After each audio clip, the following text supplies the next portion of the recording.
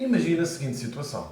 No âmbito da sua atividade profissional, Carlota teve conhecimento de que um dos seus colegas de trabalho utilizava informações obtidas naquele âmbito para atividades ilícitas. Carlota pretende denunciar o colega aos seus superiores hierárquicos, mas tem medo de represálias. O que pode fazer? Descubra tudo neste novo episódio da LB Talks.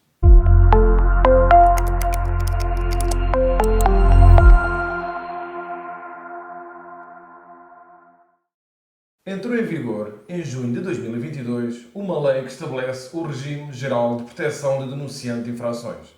Mas como funciona este novo regime?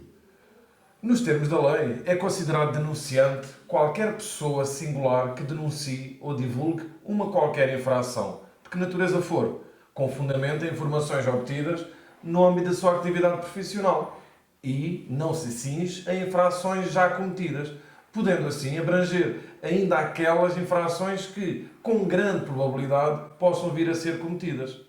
De igual forma, não está limitado o estatuto de denunciante às pessoas singulares que se mantenham na relação laboral no âmbito da qual tiveram acesso às informações. Pode ser conferido o estatuto após o final da relação laboral ou ainda quando as informações tenham sido obtidas durante uma fase de recrutamento ou em fase de negociação, por exemplo. Quem são as entidades obrigadas? As pessoas coletivas, incluindo o Estado e as demais pessoas coletivas de direito público, que empreguem 50 ou mais trabalhadores e, independentemente disso, as entidades que prestem serviços, produtos e mercados financeiros e prevenção do branqueamento de capitais e do financiamento do terrorismo. E quais as condições para ter acesso à proteção desse regime? Qualquer pessoa singular que seja denunciante nos termos do número anterior e que, cumulativamente, esteja de boa fé e tenha fundamento sério para a denúncia, pode beneficiar da proteção conferida pelo referido regime, contando que denuncie ou divulgue publicamente uma infração. E como pode ser feita essa denúncia, Fábio? Nos termos da lei, a denúncia pode ser feita por meios internos ou externos, sendo que os primeiros têm precedência sobre os segundos. Assim, os denunciantes apenas podem recorrer a meios de denúncia externos quando não existam meios de denúncia internos ou quando, por exemplo, os meios de denúncia internos só permitem denúncias de trabalhadores e o denunciante não o seja.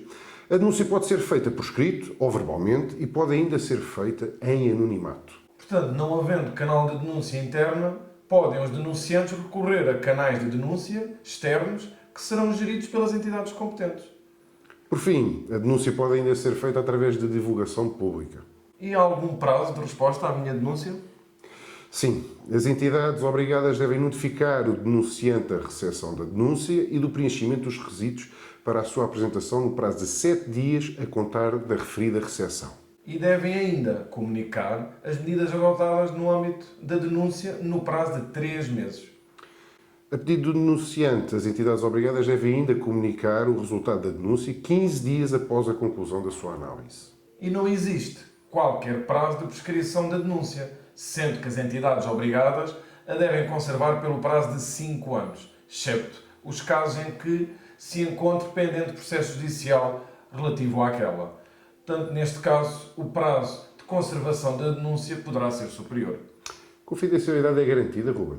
Sim, a identidade do denunciante deve ser conservada durante todo o processo, excepto nos casos em que existe obrigação legal de divulgação da identidade do denunciante ou ainda nos casos em que, por decisão judicial, seja determinada tal divulgação. E existe alguma penalização para a empresa caso não receba a denúncia?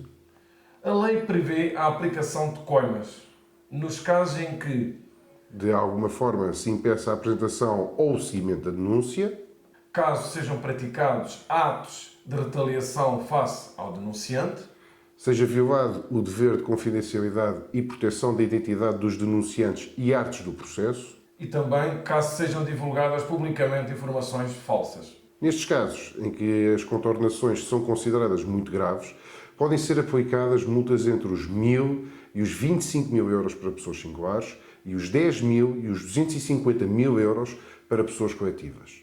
Se uma entidade obrigada não dispuser de um meio de denúncia interno, pode ainda ser-lhe aplicada uma coima entre os 500 euros e os 12.500 euros para pessoas singulares e os 1.000 a 125.000 euros para pessoas coletivas. Obrigado por ter assistido a este vídeo. Não se esqueça de partilhar com aquele amigo que possa ter interesse em ver e ouvir este conteúdo. E se tiver alguma dúvida ou questão, já sabe, pode enviar um e-mail para geral@legalblock.pt. Até para a semana. Até para a semana.